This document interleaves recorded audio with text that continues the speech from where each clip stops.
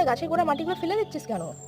গাছ কেনার পর গ্রো ব্যাগ থেকে বার করার পর এমনভাবেই মাটিগুলো ঝরিয়ে ফেলতে হয়, তাহলে শিকড়গুলো তাড়াতাড়ি মাটিতে ছাড়তে সুবিধা হয়, বুঝলি? তার জন্য আচ্ছা। এবার এত বড় যদি এরকম বসিয়ে দিই, কেমন মাটি, যদি ভালো মাটি না হয় তাহলে এই যে সরু সরু শিকড়গুলো মাটির মধ্যে বার হতে অসুবিধা হবে আর গাছের জল জমে মরেও যাবে।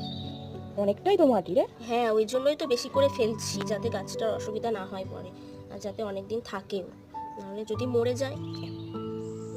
কতটা মাটি বার করে দিয়েছি দেখ, এখনো এতটা মাটি, ব্যাস এতটাই ঠিক আছে।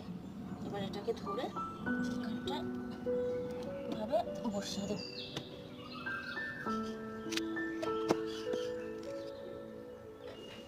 বাহ, এবার সুন্দর লাগছে তো। এটা জল দিবি নাকি? এবার জল দিয়ে দেবো।